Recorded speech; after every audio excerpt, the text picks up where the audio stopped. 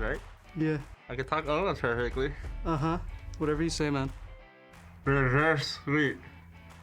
What? Reverse sweep? I'm good. I want the championship trophy. I want the championship trophy. Give me blue buff. Give me blue buff. Double lift is fed. Huh? Double lift is fed. Double lift is fed? Yeah. Who will win player of the split? Who will win player of the split? Me. Back and hard. Oh my god, what? so hard. Back and hard. Back and buy before Baron. Alright. Hudge is harding. What? Harding! Fudge is farting? Farting. Fudge is farming. Yeah. Ah. God damn. Can't say the word. Aaron, What? Aaron, What? Baron buff? Yes. Blue buff? Okay. Wombo combo. Wombo combo. Ilya is OP. Something's OP. Ilya? Nilla? Ilyo. Ilya? Ilyo. Galio? Ilyo. Ilyo. Milio. Who will he MVP? Something MVP. Who will he? Who will be MVP? Herastun. What? Herastun. Permastun. Ild. Abyssal ask. Is a soul. Ild. Build. Abyssal ask. Build Abyssal Mask. S of high.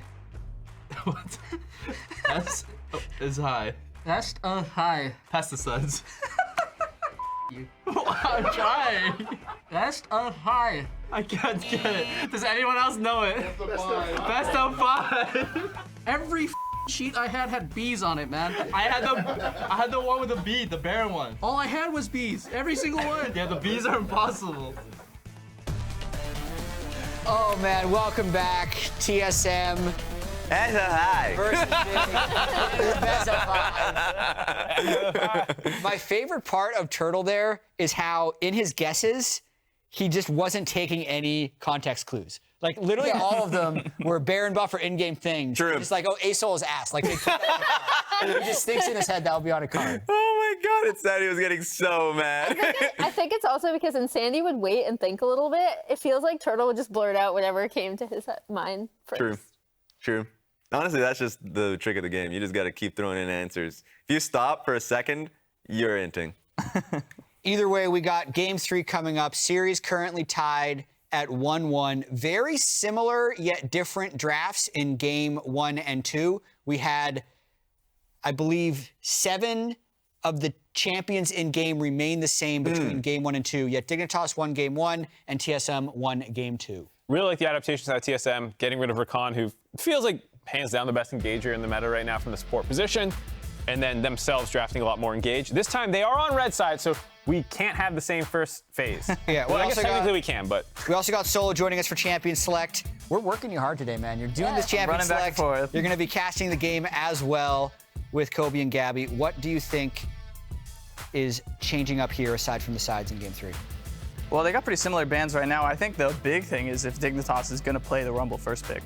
I think it's been, they go ahead and ban boom. Because, yeah, Rumble has just been insane. I think I was talking about earlier, the champion just pumps damage. No matter what happens, no matter what he's versus, he's always going to be like one of the highest damage dealing champions in the game.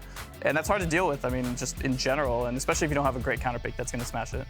We still are unsure what that great counter pick that smashes it is, and it's the same lesson that EG learned versus TSM is just double ban Hauntzer. I gotta say, Hauntzer's pretty good. He's drawing 2 bans per game in all these series, and if you don't ban one of his if you don't ban one of his champions, it seems like he's able to take you down. So in theory, he's giving TSM a lot of draft flexibility. Another thing that's interesting to me is during the regular season, TSM was almost red side all the time, yet they were blue side the first 2 games, and it's actually Dig who took blue side away from them as loser of the series gets side choice in subsequent games. Yeah, it's been strange because, TSM's whole MO has been getting counterpick support and making that kind of their playing around lane. But as you said, they just pick blue side and, to their credit, they're just blinding their bot lane and then they're just getting lane push anyways. So if they can keep that up, or even if they get counterpick in this game and they just hard smash lane, that might be the solution to get another win. I do like what we've seen as an adaptation here. One, Bugi taking away the Maokai, even though it didn't win the game, it felt very strong in the previous one, and it obviously won Game 1. We're seeing the Jayce Trist matchup again, but then the Sejuani is really interesting as well, because that does set up some more carry melee potential for Rich in the solo lane. Yeah. I wanted to mention the Ezreal quickly just because it works really well with the comps that TSM has been pushing out with Jayce. So the poke has been nice. It has been doing a good job on its own in lane, as you'd expect. So the fact that it's getting past laning phase, which has always been the fear of AD carries whenever they're locking in Ezreal, is a big win, and it's been working out. So. Yeah, in a way, I'm actually super curious about the jungle swap because I think Maokai goes super well with the poke of Ezreal and Jayce, right? We've seen how strong this combo is. But then on the side of Dig, trying to get Santorin involved earlier with the Sejuani and then maybe picking something top like the Jax, if it doesn't get banned out by TSM here, will be really interesting to see from Dig because we have talked about how Rich has a lot of carry potential if they want to put resources into him. And without having the Rumble top lane, higher chance he's going to be able to actually get prio. Yep. I am also a little curious with TSM here since they do not have the Rumble. I thought that was one of the most effective ways at reaching the backline, even if the Jayce and Ezreal were hitting with some shock blasts and some true shot barrages. So overall, I am liking, it's very, very similar from TSM. But Dig, I think, is hoping that they've solved it by getting rid of the Rumble. I want to see a Renata be picked by TSM. I think it does really well versus Rakan.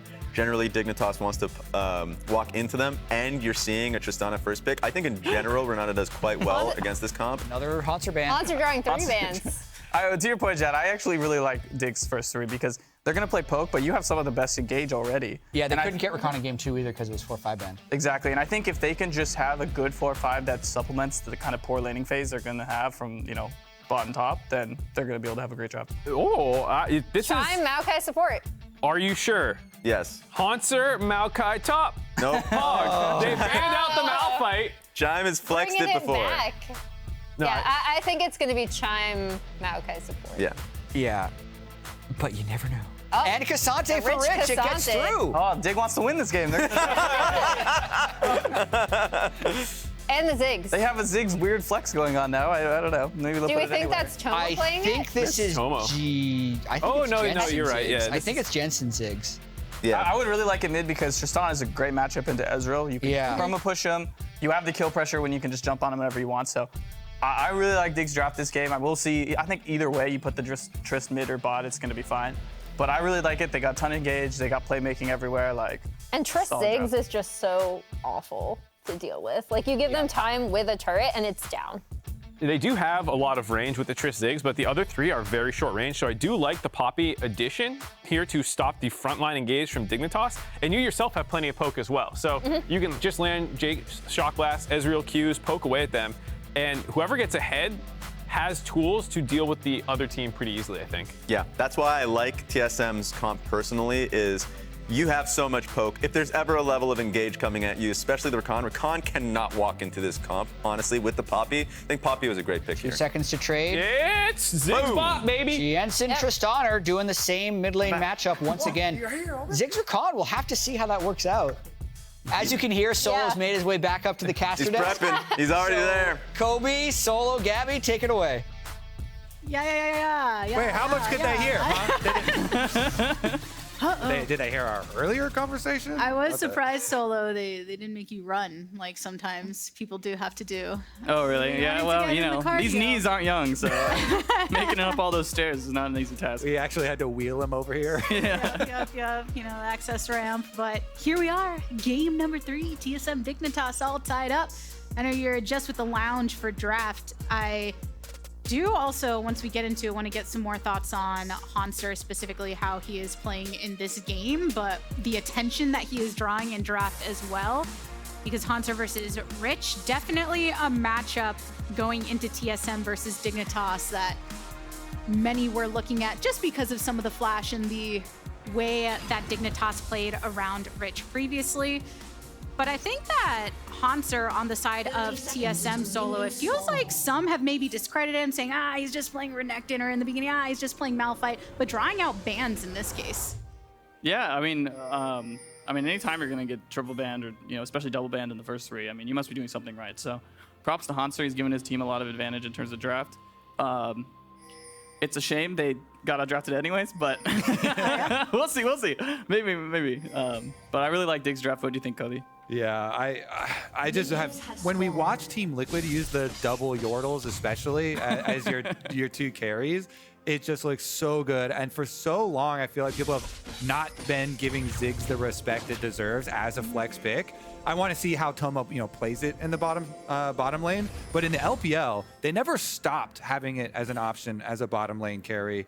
And oftentimes used in kill lanes. Here, though, they're going to face check some poke.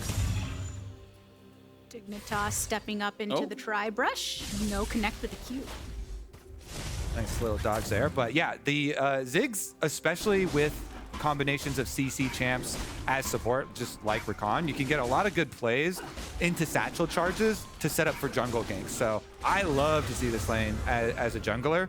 And oftentimes you can get some early attention down there. Whereas a lot of other mage lanes, sometimes you just play away from and leave them on their own. This one you have both options because Ziggs can have really good wave clearing as well as gank setup options and burst combos. But we are into another pause. The first one was a mouse issue. Then we had our little Ornn issue. Little Ornn issue. And now we have some other issue. We got a mystery number 3. Yep. Number 3. Always looking around to see if one of them is talking to kind of give us a direction of where it might be, but no info just yet. I'm also aligned with you, Kobe, though, in terms of keeping eyes on that bot lane. I know you mentioned Ziggs never really coming out of it in terms of the LCK, and I will say in the NACL as well, Ziggs always seems to be a pretty prominent pick.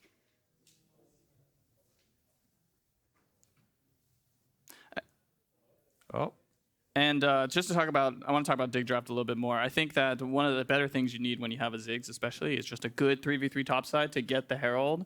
Because Ziggs' whole idea is that you just want to kill as many towers early as possible with the satchel charge.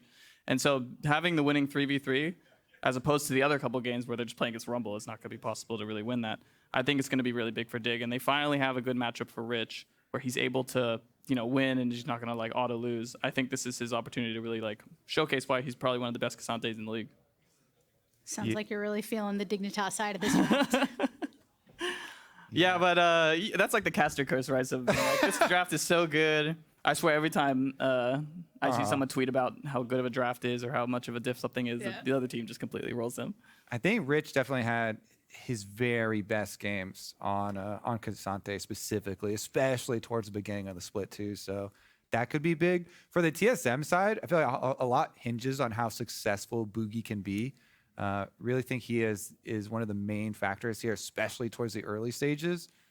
And if he's playing Vi into this setup, you're kind of just looking at maybe they can do something on bottom side.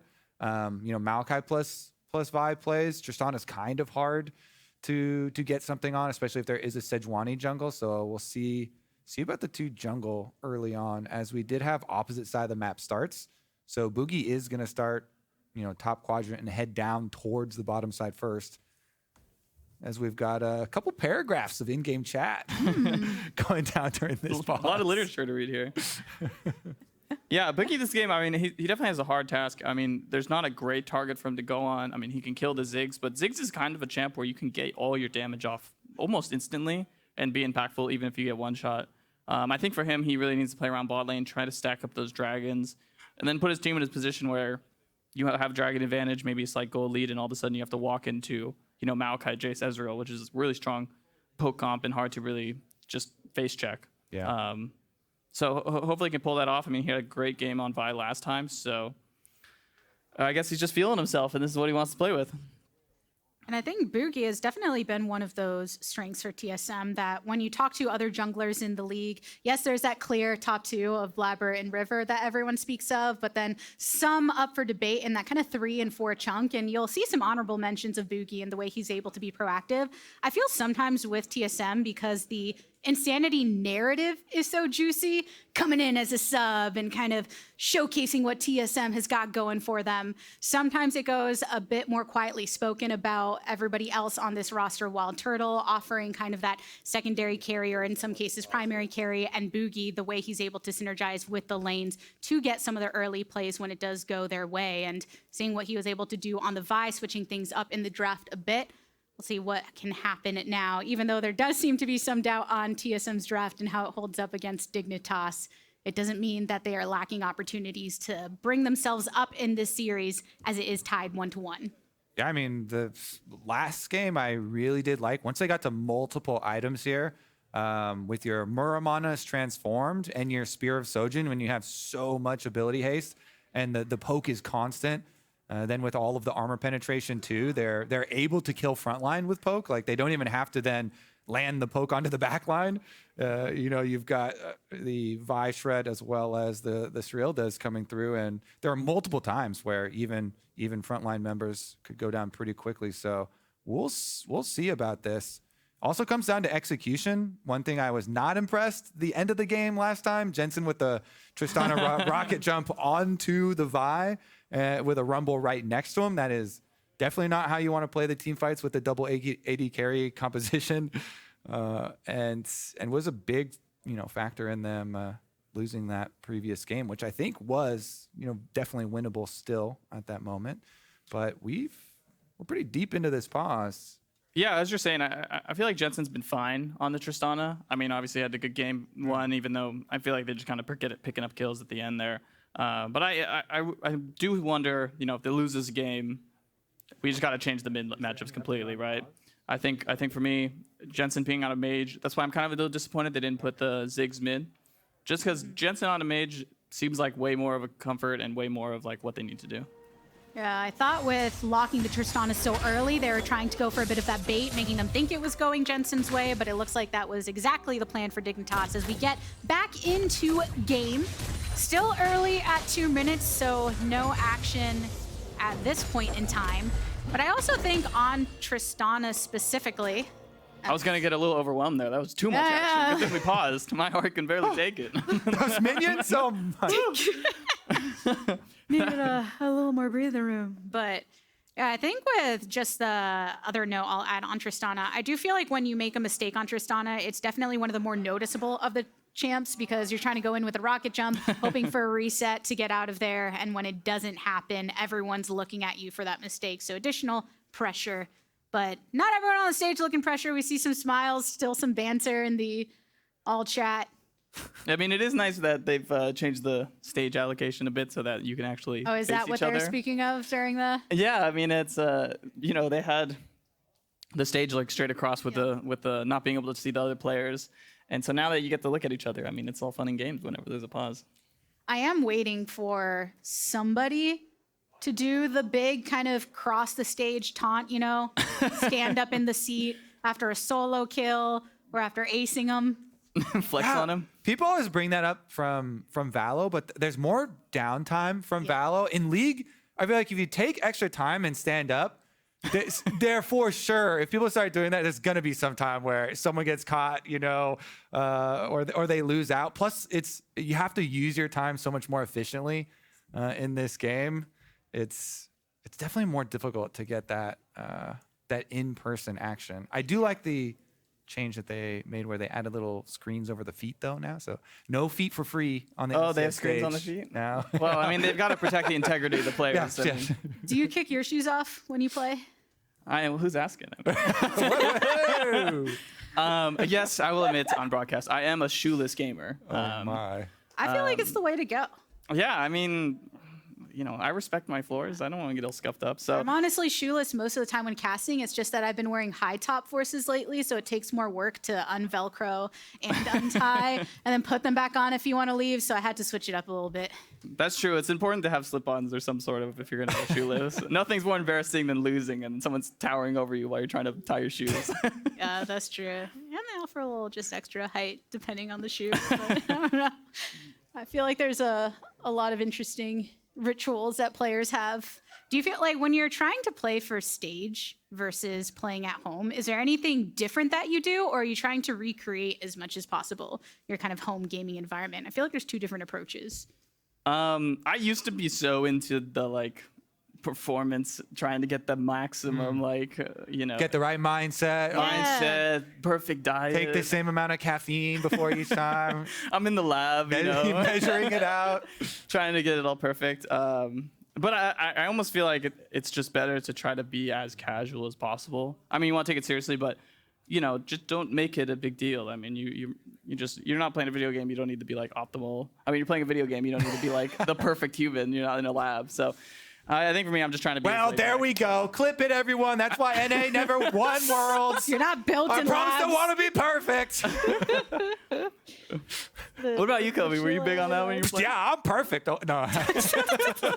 No. You were around when NA was peaking. I actually do, because I recently started listening to a lot of this neuroscience podcast with Andrew Huberman.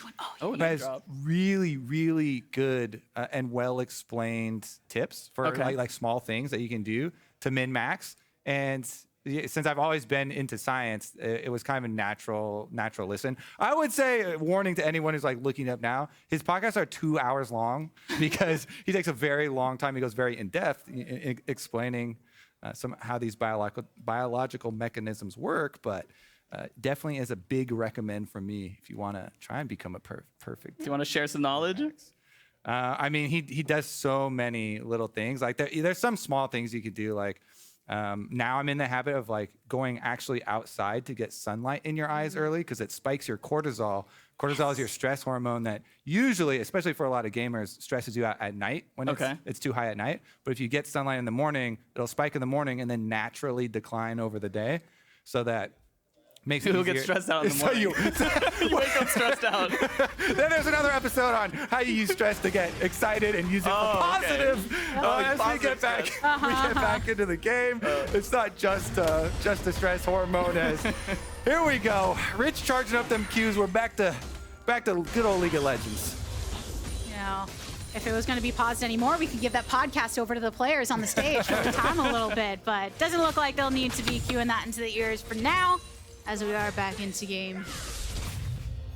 Not much has changed since last time. Yeah, they solved some bug that they never told me what was. So we were very in the dark here, but it just keeps us on our toes. Yeah, and I think this game is going to be like last one, where it's a little slow early. There's not really much to play around. I think Vi will try to do the same thing where she gets the early Drake at like level 4 or 5, using some of that bot prio, but Ziggs wants to farm up, get lost, trap there, and just one-shot waves over and over again. What's really cool too is the Vi this time around has the Maokai on the Vi's team. And my favorite little tweak that the designers have started making is that there are a lot of support champions now that have extra damage to jungle monsters. Oh. So Maokai's Q gets all this bonus damage for jungle monsters, really helps out with both leashing as well as doing dragons. Same thing for Rel as Turtle is going in. Already burned by the Ignite, from just above 100 HP, but Poome and Tomo cannot close the space to follow up. Still, they do force him to back. Yeah, good by Poome. I mean, trading your HP for the AD carry is definitely a winning strategy. And I think especially since the first 2 games, they had much tougher laning phases. Right now, I think they can, they're doing all right. I mean, the start of this is looking really good. And those are those kind of kill-threatening combos that I was talking about with the Ziggs lanes where, you know, they use their Ignite this time around, but they've attracted the jungle attention whenever you do really deep trades like that and get some summoner spells start to go, junglers start to get attracted to bottom side. Rich is playing with fire here. Yeah, Rich is getting bullied by Hauntzer right now. Wow. Flashes keeps enough, just over 30 HP to be able to outlive that. Wow, really good. I mean, Poppy is especially if you're a tank versus Poppy, I mean, once she's below that half HP threshold, she gets really tanky, and you saw Hauntzer kind of abuse that, where you just can't win these, like, you know, just auto trades with her. Yeah. So good job by Hauntzer. I was a little skeptical of Poppy being the counter pick in the Kazante, but this is a good start to it for sure. Hauntzer definitely showed up. A lot of people not putting very much respect on his name, Rich included, having to blow his flash now. Yeah.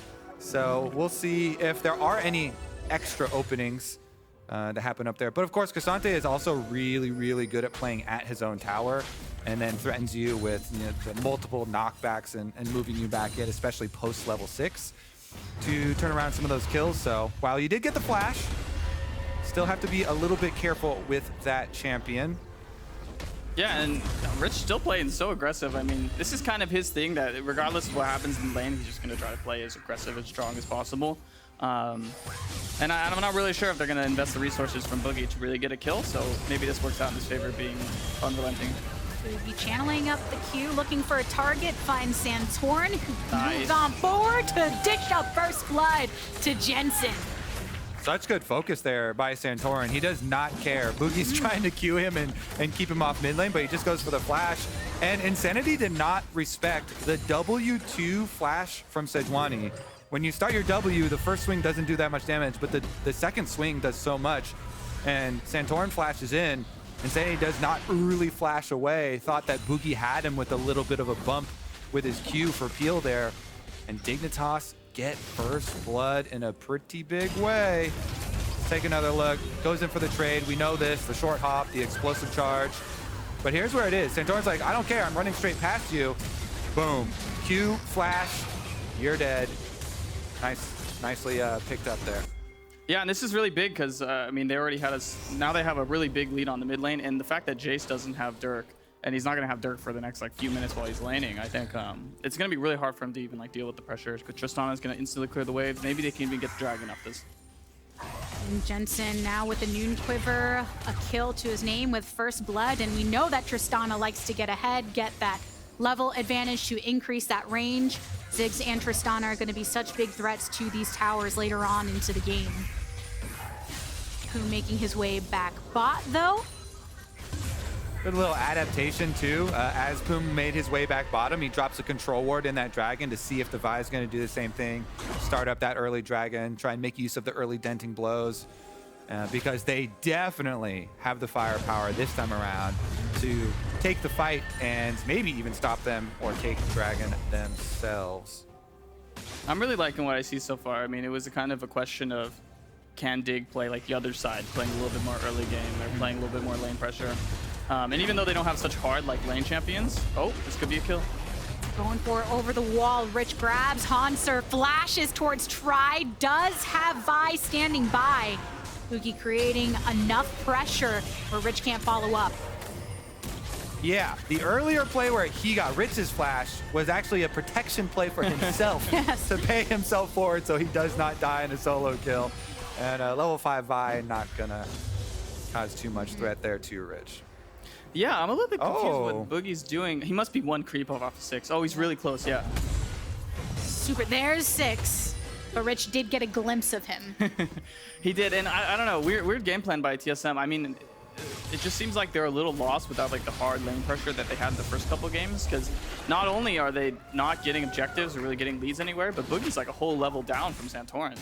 Yeah, this has happened a couple times with TSM with these earlier objectives where they're a little bit slower, undecided on some of their calls ahead of time. Maybe the in-game leader a little bit less focused for TSM than for Dig, because Dig have been pretty snappy on their decisions. Snappy. I like that. At least they're quick, right? They have been quick. Yeah. We don't always have to be right. It's like we choose quickly. I do think it's fair to say though that even though Dignitas did lose game number 2, they were still using that idea in the early game to always be trading somewhere else on the map, even if TSM was making a play. And then now with some agency on blue side, Dignitas are the ones with the early lead. 1,700 gold for them as the dragon now gets started up by TSM. So they are seen by the control ward that was left, but honestly, this dragon is not a mountain dragon. That thing goes down quickly. And here we get to see just what I was talking about. The Maokai helps out so much with damage, with the extra bonus damage, even coming from a support role, that there's no time for Dignitas to be able to do anything about it. They can see it, but nothing you can do about it. Whether it's from jungle or support, you still got the saplings to set up, and then now, yeah, paired with the Vi works out very well for TSM to grab the first dragon of this game, but Dignitas not pouring any resources to contest, still holding on to that Rift Herald that Santorin had picked up top, and see where he ends up deciding to throw that. Yeah, it's interesting. I want to see what Santorin does coming out of this base and getting river. I think there's an idea of putting it bottom and trying to get the Ziggs just the tower instantly, but in a slow game like this, I kind of like using it mid, so if you get the second Herald, you just instantly get the mid tower. Yeah, especially with Tristana too, already taking off turret plate by herself. Santorin setting up for the play, puts the ult behind him, so Insanity flashes towards his turret.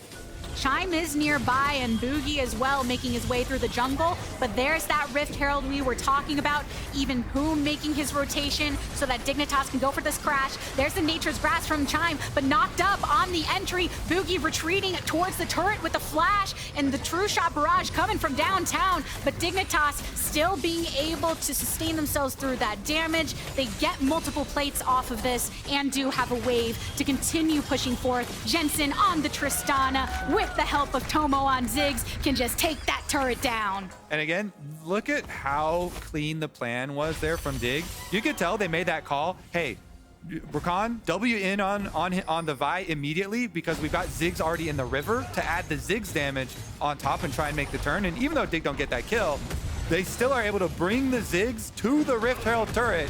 So even though you don't Rift Herald bottom, you still get the first turret bonus. The satchel charge comes up. And Dignitas immediately, such an early tower, such an early gold lead for themselves. Pretty well executed, honestly. And they only left bottom open a short while, which didn't really get punished. Turtle wasn't able to get a turret plate or anything down there, pushing back. Yeah, I'm loving what I'm seeing from Dig so far. They're playing so well, and it's especially scary because, you know, Jayce, no flash for the next 5 minutes. Like, it's going to be impossible for him to actually catch the wave at mid. So Tristana is going to be able to go up, down, sideways, you know, around and around, wherever she wants to. Literally vertical with the rocket jump in the cave. Jensen's going to be all over the place, and Poome almost able to get him before the Hex Flash over the wall. But that's exactly what you're talking about. Once the mid lane goes down, all the pressure leaks into both sides, jungle included. So Tristana hard pushes, and all of a sudden you've got Santorin and Poome roaming around, chasing you out of your own jungle. It starts to show itself in less farm for Bugi, and, you know, possible picks. Santorin's a searching. Poome walked by his side. Chime has the ult to try to disengage, but Jensen making sure rocket jump over the wall. Teleport coming in for Dignitas. Insanity gets a Q from mid, but Bugi has fallen. Jensen now 2 kills into the pocket and going for more as Rich has made his way to the play. WildTurtle cannot escape. No flash, no arcane chip, nothing to save him now. Turtle's shell has been cracked, and Dignitas not letting anyone out of it.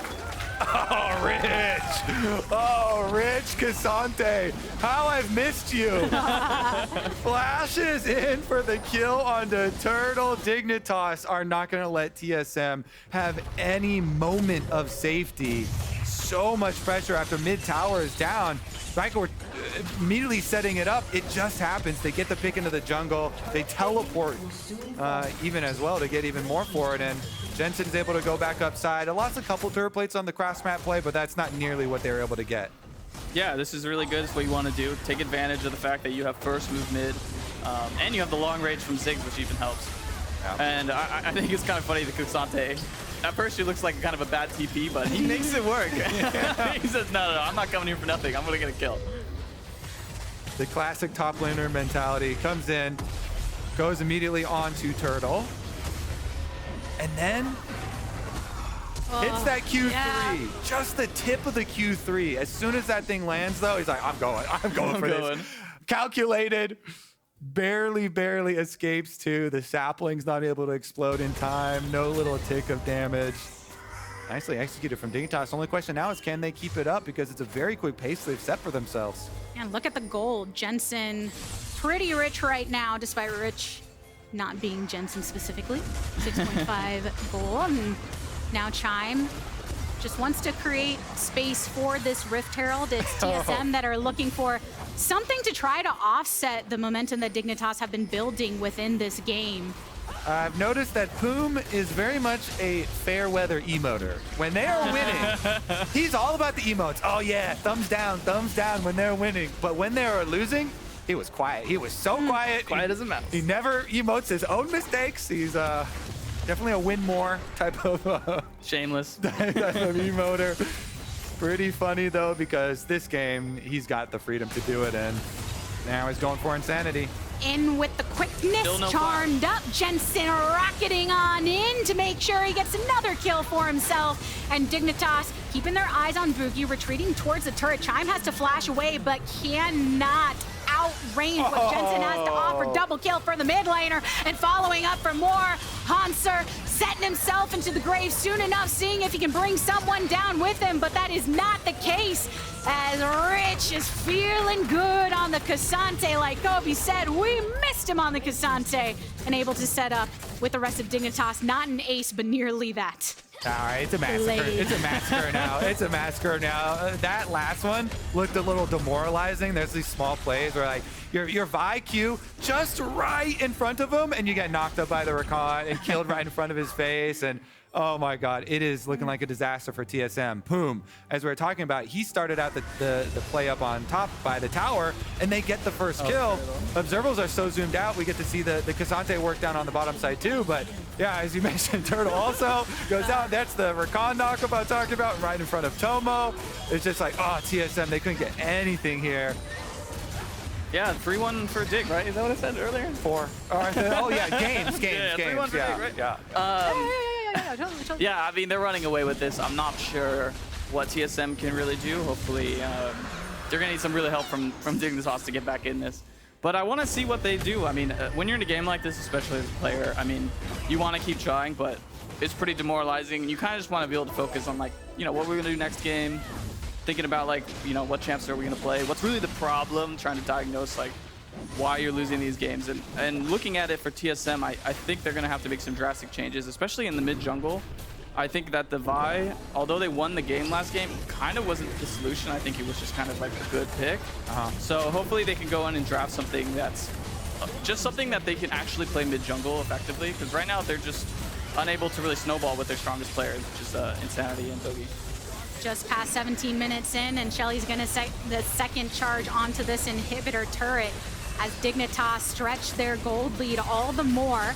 One goes in. Hauntzer, though, does have the escape to get out. Teleport coming in from Rich to support this push from Dignitas. They don't quite have a wave, though, but this turret is looking weak and easy for Ziggs to be able to knock down.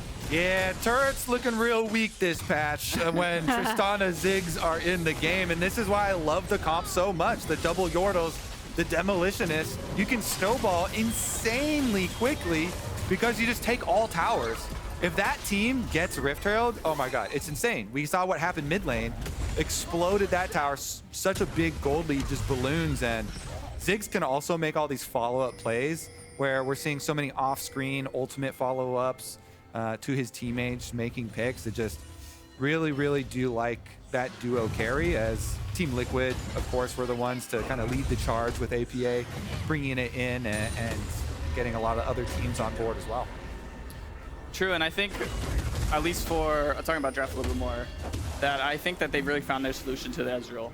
TSM just slamming Ezreal the last couple games, and now we know, oh, we're going in hard. Cease and desist onto Tomo, and True Shot Barrage to weaken him all the more. So Tomo does end up falling here to Insanity. First kill for Insanity in this game, first kill for TSM. Yeah, I mean, they're going to need a lot more of that, but it's a start for sure. And I think, you know, maybe they can get a shutdown on one of the higher kill champions and get a little bit more gold, but picks like that is definitely how you're going to come back in the game. That's for sure what I do. As soon as you're losing a game like this, start pinging all the objective bounties and the bounties on people's heads. I mean, Tristana, it's going to be hard to kill him, but that is a huge gold shutdown if they could get it. And Hauntzer here is trying to get an objective bounty shutdown for TSM. So good to see that they're still trying to find those pieces of gold, those areas where they can, you know, pick something up and work their way into a comeback scenario. Even though it is difficult losing all your territory with all your towers basically evaporating from the map pre-20 minutes. The only secondary tower they even have left standing is the mid one. You still always have to look for those comeback opportunities. Both top and bottom towers are pretty low objective bounty possibilities, and then any pick that does show itself to you have to immediately jump on, no hesitation. And that's one thing Vi is very good at. Yeah, and funny enough, I mean, unless they want to pull Baron, you know, right now or very soon, they're actually in a map state where there's not really much else to get. You know, there's not really many towers. So, all right, you know. Well, Baron, I think they're pulling it right now in the darkness. Yep, they are going to go right for that on 20 minutes. Already past half HP. There's the vision as WildTurtle threw down the ultimate, and Poome making sure Dig can't get into it. So Baron secured by Santorin. and Bugi way too low on the retreat. I love it. You're like, well, as long as they don't get Baron, they can't kick it much more, right? All right, fine. 10,000 gold and a Baron. All right, fine. We will get Baron then. Santorin looks for more. See if he can get something off of it. Hauntzer has to flash away, though. Poome making sure to knock him up. And Santorin sticking on to Hauntzer means that Rich, Tomo, and Poome can bring this wave over towards mid to clear the tier 2 turret. They've got another wave coming their way with a cannon here at that. Over 2 minutes left on this Red Bull Baron buff, and they already set up so well with the pressure on the side lanes, and they'll continue to follow up on that, sending a teleport with Rich down bot to push that wave forward. Yeah, and up top, Insanity teleports in. It's a double teleport, triple teleport, counting both teams now. 3 from TSM to face off against Jensen, and Tomo Jensen flashing forward for the kill. Does take some damage, but has an easy retreat path here across the river. All right, Jensen Tristana looking pretty good this time around. Looking pretty good this time around. 7 kills to his name. Fully stacked up bounty as well. Has been for a while. And like you called out, Rich had previously teleported to the bottom side, and he's Baron buffed up on this inhibitor, slowly trying to whittle that down. Dragon is available, though, so the thing you have to be worried about as Dig, if you overplay your hand right now and get a little bit too carefree, then there would be big comeback opportunity, but they're so far ahead that it's very difficult to overplay. Yeah. I mean, right now, it just looks like they're being able to 2v5 them with the bot side. Yep, Dig having a good time down bot. Hauntzer, gone, gone, gone. Dignitas still pushing onto this inhibitor while taking everything mid. They've been splitting across all the lanes. Jensen just now coming to make sure they crack open that mid before returning towards that top. With 1 down for TSM, they are at the numbers disadvantage. So close to getting triple inhibitors right now, which will do so much in terms of the push, but here we go. There's Tomo picking up the kill onto Bugi. 2 still gone for TSM, and Chime stunned up. Jensen able to do so much damage from range. He and Tomo with all of these bodies before them to keep them protected, focused on the objectives, and big old waves of minions coming on in. That's Nexus turret number 2, 3 standing for TSM as the keeper's verdict sends 1 away. There's already some early celebration. Don't drop the confetti yet. They're holding on to it. Dignitas now calling for the confetti in game number 3.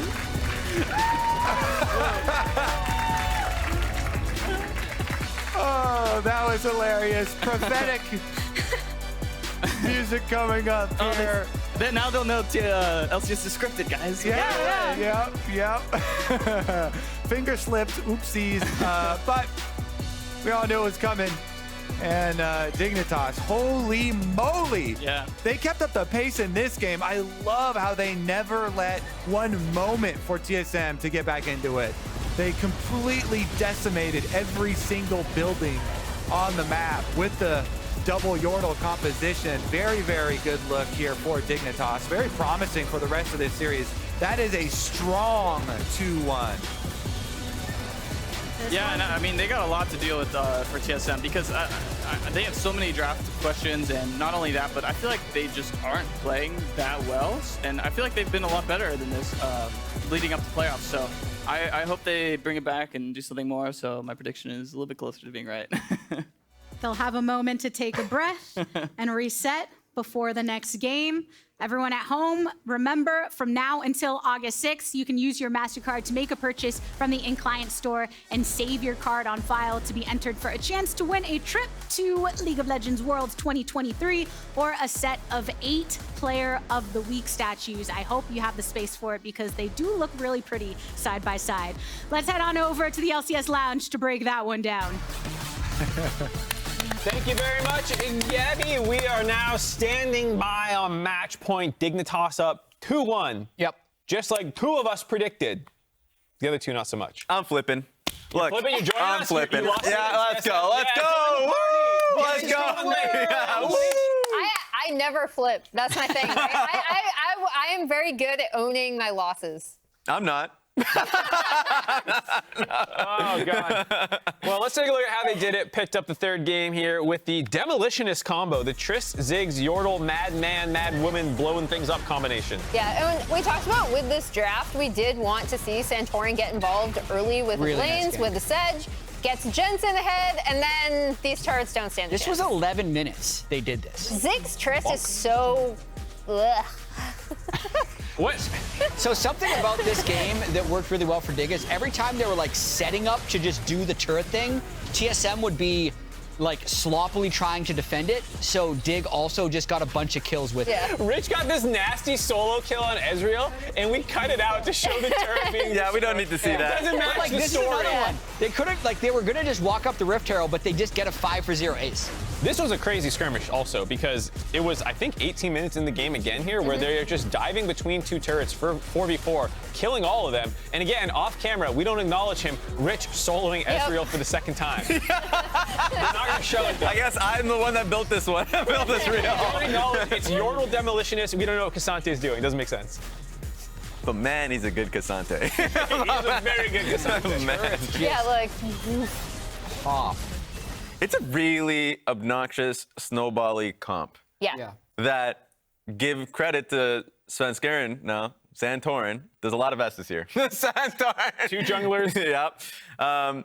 Give credit to Santorin that I think, yes, set up that first gank for success. And even in that kill that you were talking about, I thought it did a great job at supporting other people's plays. Yeah. He did that multiple times.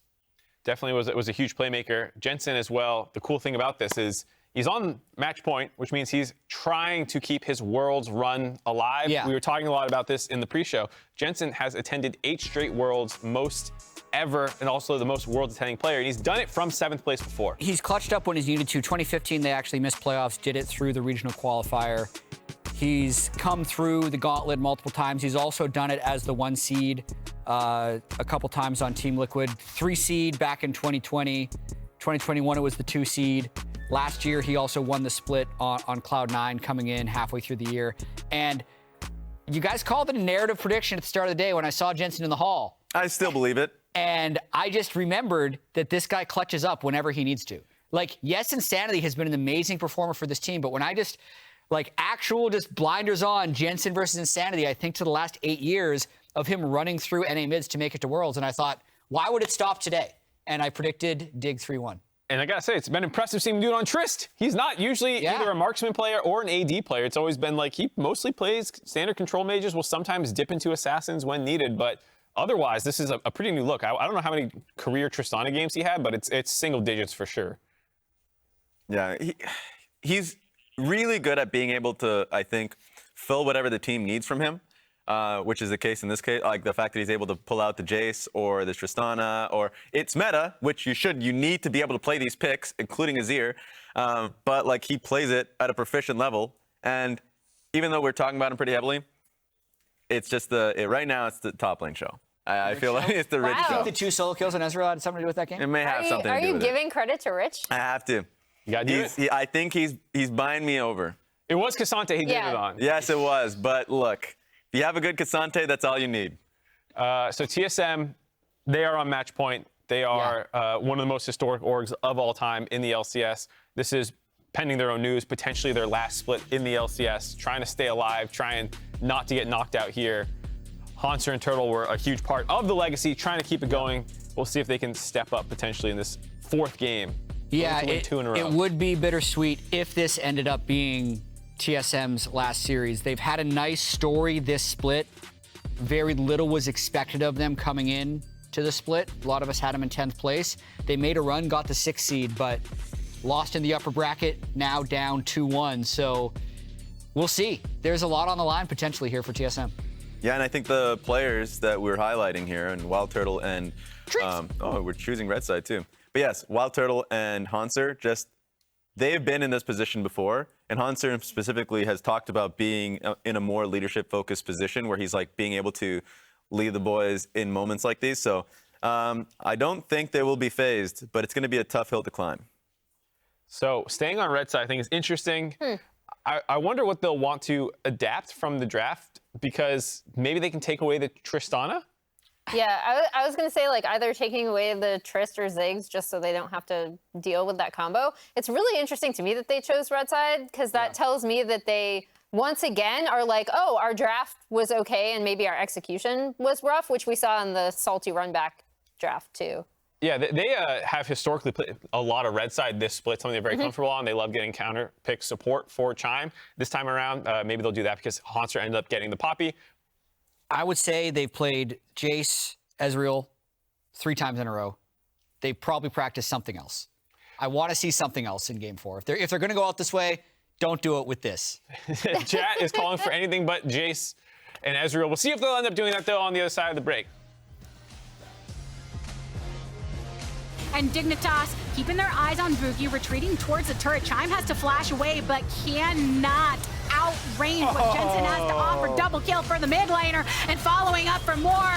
Hauntzer setting himself into the grave soon enough, seeing if he can bring someone down with him, but that is not the case. Yeah, and up top, Insanity teleports in. It's a double teleport, triple teleport, counting both teams now. 3 from TSM to face off against Jensen, and Tomo Jensen flashing forward for the kill.